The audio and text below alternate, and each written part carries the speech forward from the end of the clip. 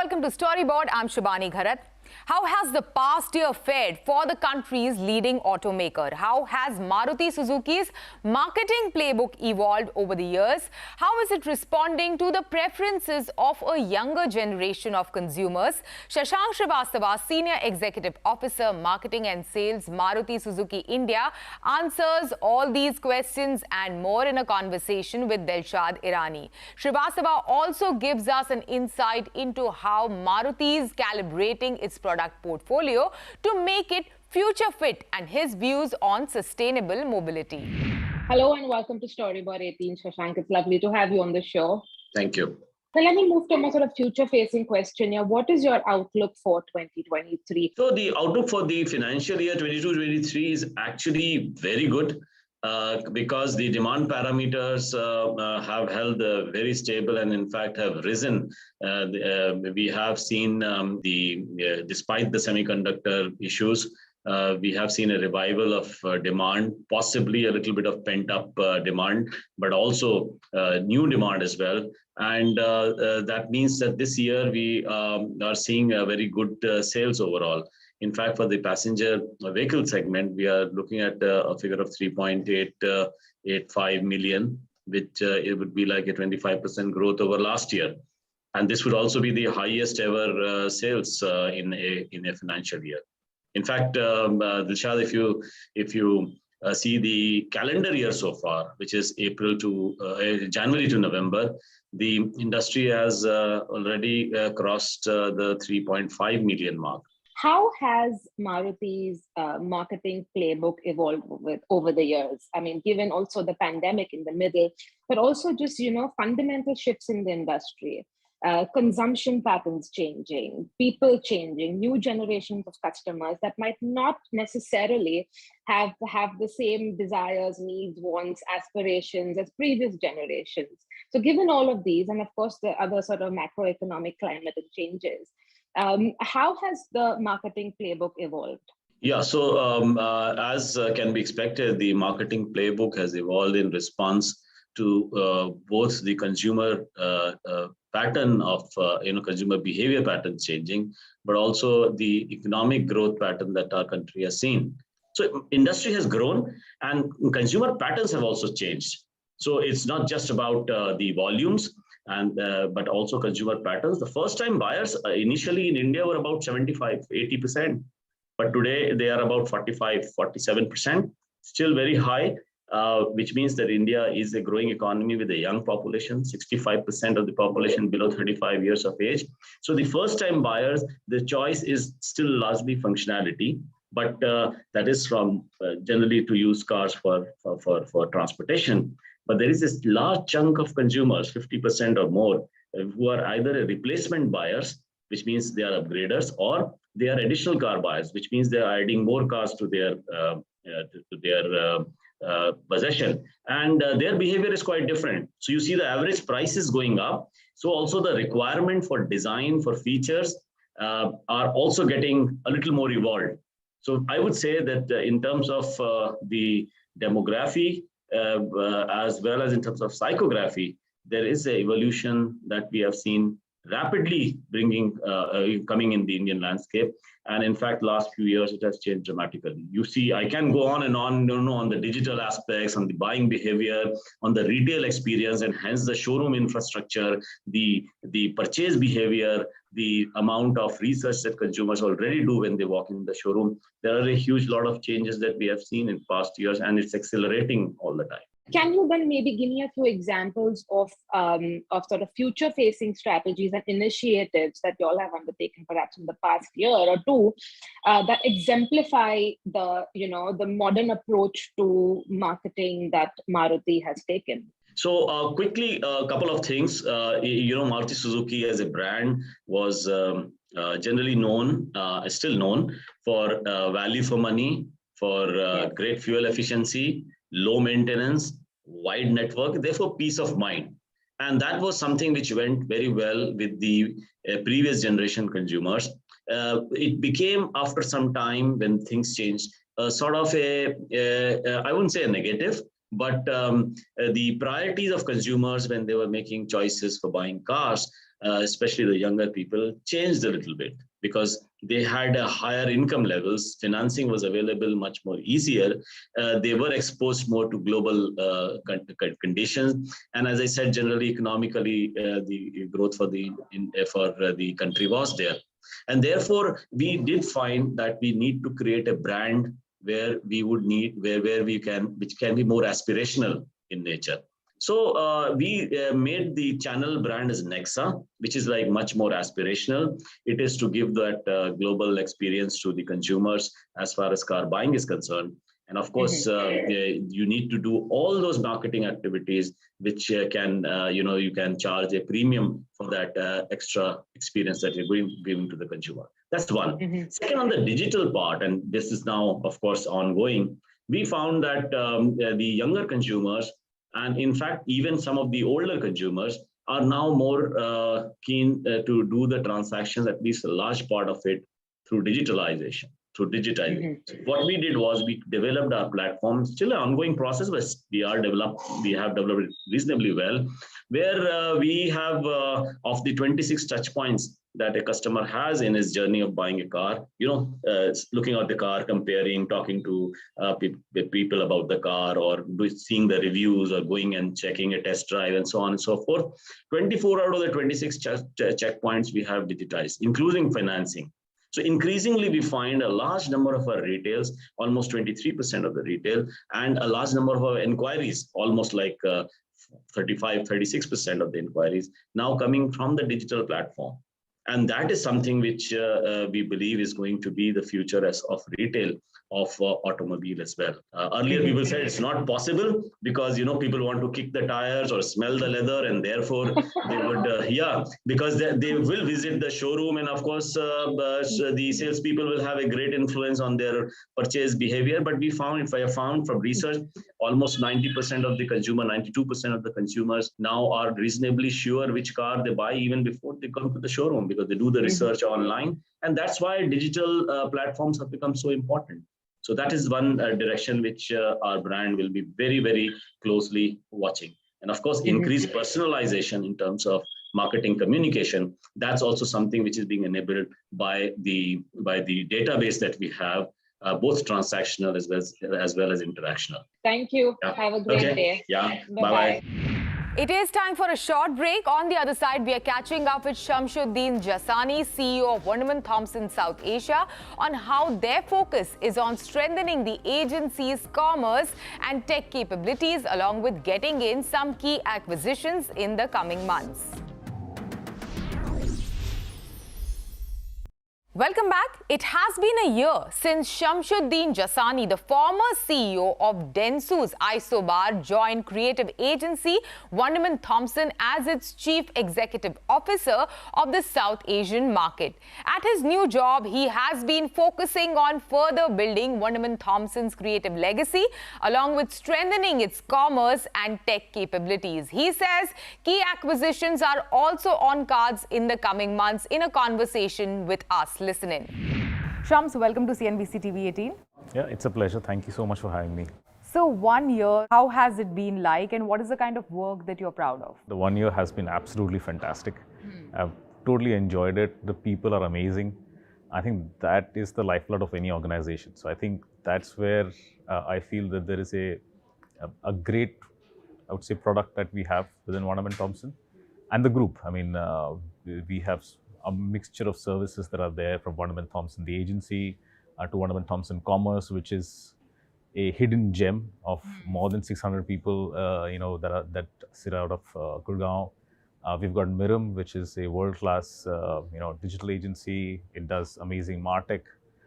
It does amazing healthcare for healthcare professionals. So the idea was, this last 1 year was just kind of bringing all together. And the kind of work that I'm really proud of, which you will see now crystallizing, because the last 1 year was just about getting all of these things together, is work which is more integrated in nature. Work which really changes the focus of clients from our offering as a brand agency to more of an agency which works across the entire consumer value chain. And in terms of business, the past 1 year has been kind of challenging. How has the agency fared? in the past 1 year? From an overall business perspective, we're back to pre-pandemic levels. We've had more than 50 account wins, again, across the various categories of businesses that we operate in. And I think it's all down to the really perseverance of the team. I'm here just as a spokesperson for the team that is there, honestly. It's all the people who have worked hard. They've worked really, really hard in 2022 to deliver the kind of results that we have. Actually, you came in from a setup, Isobar is something that you were instrumental in setting up. And from there, Wunderman Thompson, JWT as we know it, is like the most legacy agency of WPP in a traditional sort of a way. What was your perception while joining this agency, and how has that perception changed? And then how does a client look at Wunderman Thompson today? Yeah, so I think my perception was from the outside was, yes, about an agency which has got this beautiful legacy, which just needs a little bit of spark to really ignite itself and come into relevance for today's world. All the ingredients were there, I mean, before my time. So we had Wunderman Thompson Commerce. Of course, the centerpiece is Wunderman Thompson. But it was just about getting all of these together and giving it direction in terms of saying, okay, what is it that the clients want today? The clients really want one agency to speak to. And creatively, where is it headed? Tista quit recently. So, what is it's very simple. We've got a fantastic leader in Senthil. And from a Wunderman Thompson perspective, it clearly is a great thing to have someone like him working at it. At the same time, the way we are looking at it is, and the way I speak, and I'm a very simplistic person at heart. And when it comes to creativity, the way it used to work was that your platforms were set in traditional media. You know that I need to do it on television, outdoor, I want to do it on print. So your creativity was through great storytelling, great artwork. What is changing is that you need to use technology in a creative way in today's world. That's an additional layer of creativity. So I'm extremely gung-ho about adding that layer to an already existing beautiful understanding of storytelling, planning, strategy, and understanding of brands, and adding that layer of what I call creative technologists coming in and giving that little bit of oomph to say, okay, I have a great story to tell.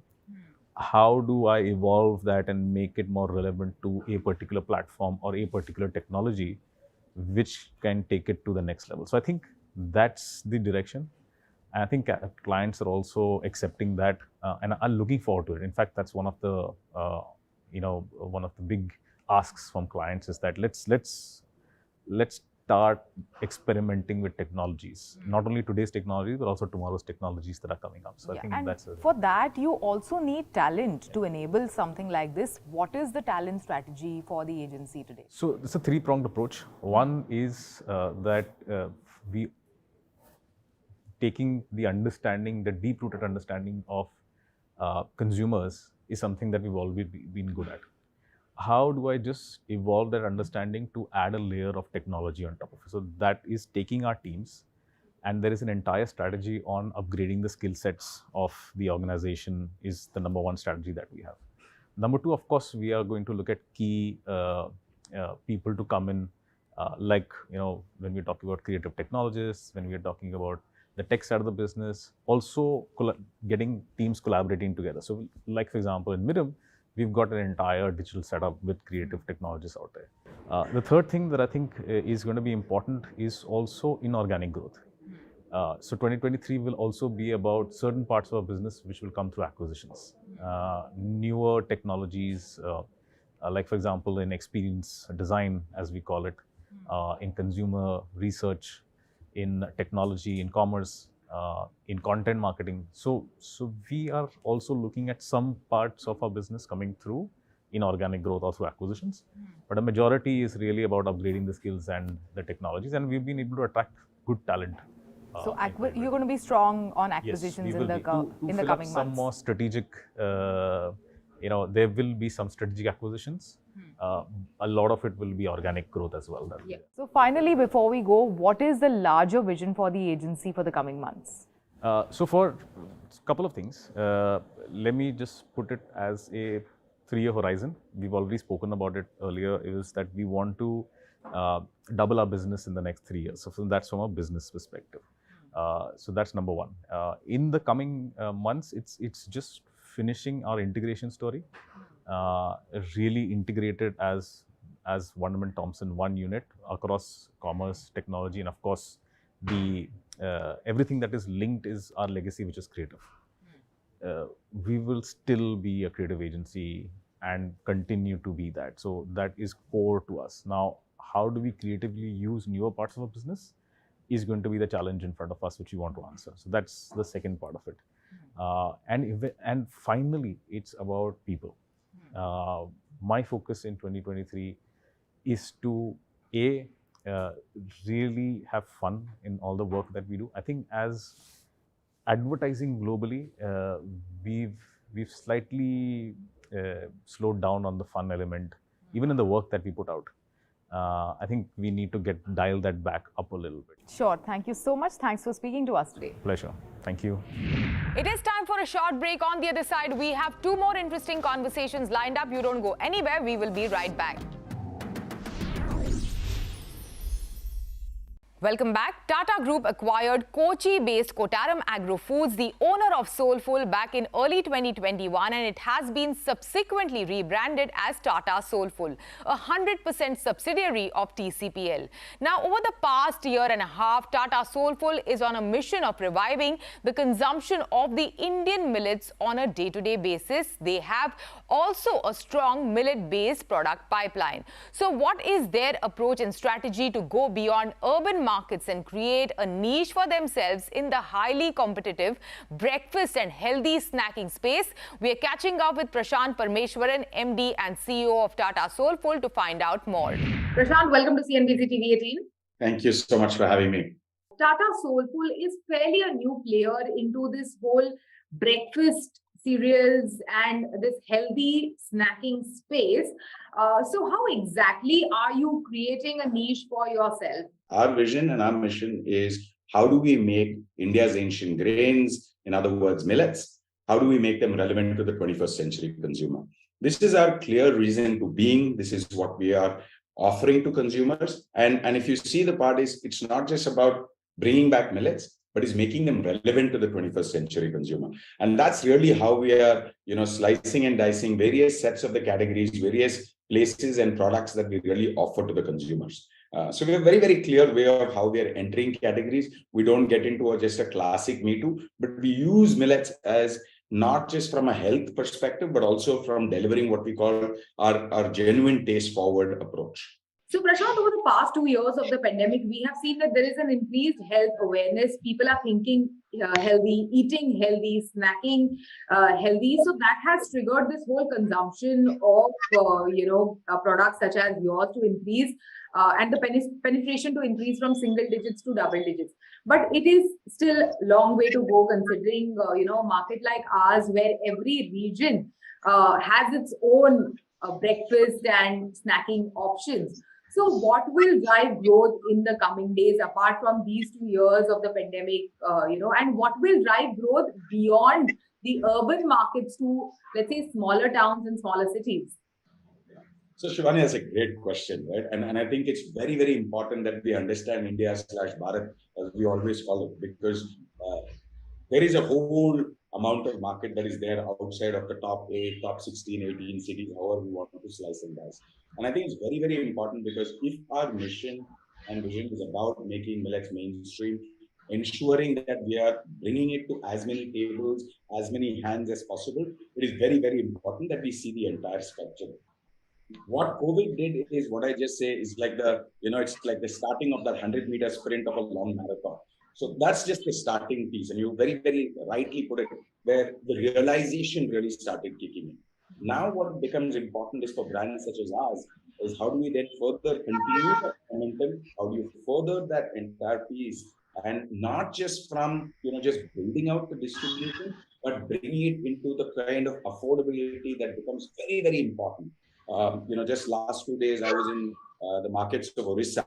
And as we were traveling further and further, it becomes very important that we are, accessible price points are very, very important because, it really comes down to disposable income. It comes down to all of that.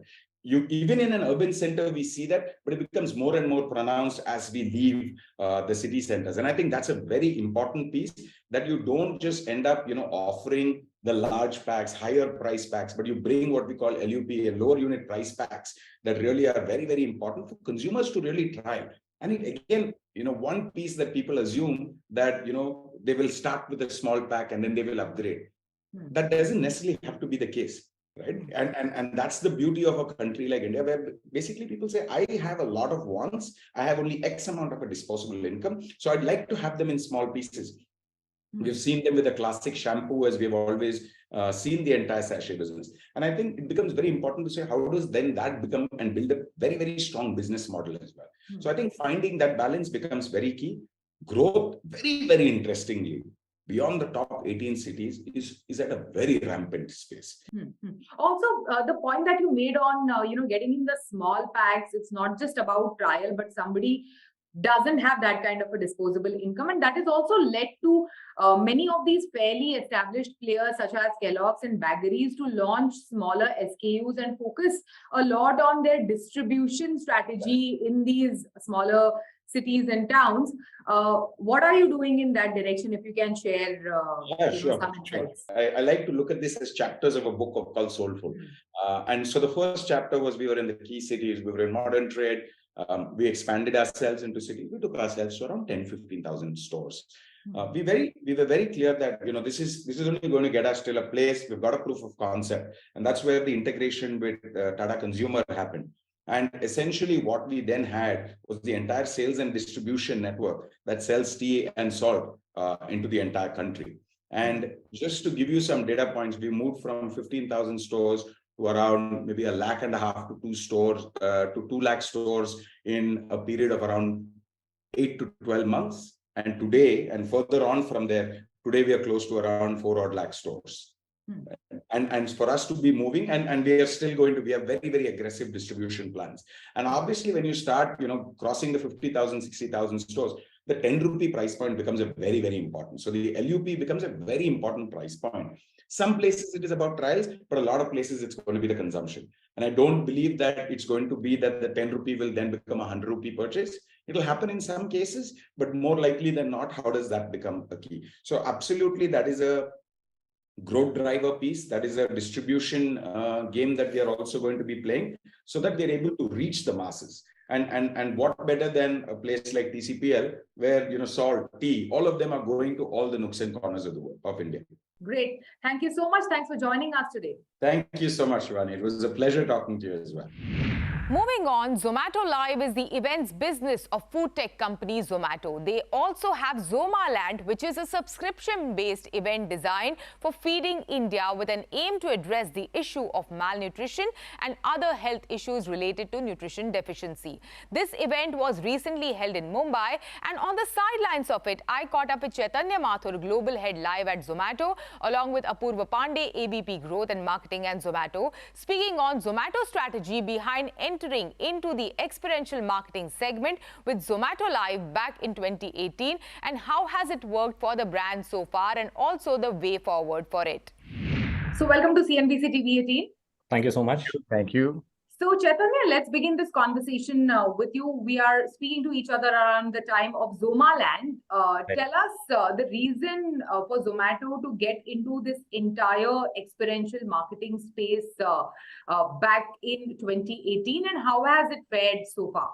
I think the journey began, like you said correctly, in 2018. And the reason for this was that we've always been an online platform. And we realized that I think having some footing in the offline space and in the world out there, actually interacting with our customers, was essential to the organization. Also putting out what we do on the app, say search and discovery, or actually getting to know more about our services, was something we wanted to take to an offline measure. I come from the experience of building food festivals and events. And I think that just got married into what we were doing in Zomato. And hence we launched Zomaland. Zomaland is a carnival of food and entertainment. We have 7 cities this year, 3 already done, fully sold out, and 4 more to go. Apurva, over to you. What is the kind of impact of all of this on the perception of brand Zomato? What we cater towards is, or what we expect, is to build brand love and mental availability, right? So these are the two vectors or the two metrics that we, expect of a good outcome, out of whatever we are doing. Okay. Apurva, other food delivery platforms are very aggressive when it comes to their marketing initiatives. What is Zomato doing in this direction? What are the kind of marketing initiatives and activities that we will see from the brand in the coming months? So we have always appreciated what the competition and the category is doing. We have always learned from it, right? Taken the good things and, and seen how it has played out.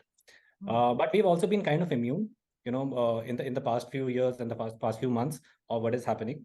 But what at the end of it, what happens is if the competition and category is aggressive, it builds the food tech category, right? From Zomato's perspective, our strategy and initiatives are deeply rooted and anchored, around customer behaviors, right? Elevating customer experiences, providing the best value.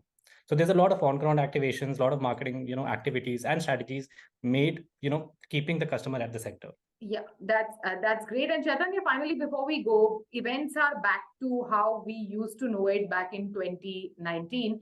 If you can share with us, what are the plans for Zomato Live in the coming months, and what will we see in terms of events, in terms of lives in the coming days? I think we're seeing a far higher consumption of people at events. A lot more people want to get out. India alone is doing 3,000 plus events in this sort of quarter of October to December. It is incredible to see the live industry come up, not just for Zomato Live, but overall as an industry and within the country. Zomato Live, though, has launched Zomaland in 7 cities. We might be scaling this at the highest from a post-pandemic perspective for any IP in the country.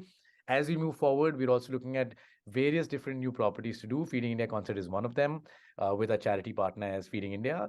And we're looking at maybe getting into regional cuisine spaces, maybe some campus-related shows. Who knows what the market is going to demand for, and we will definitely come in on the supply side. Well, all the best for that. Thank you so much. Thanks, both of you, for joining us today. Thank you so much. Thanks. Thank you, Shubhani. With that, it's a wrap on Storyboard this week. You can catch all of our content on Facebook, Twitter and YouTube. Thanks for watching. We will be back same time next week. See you soon.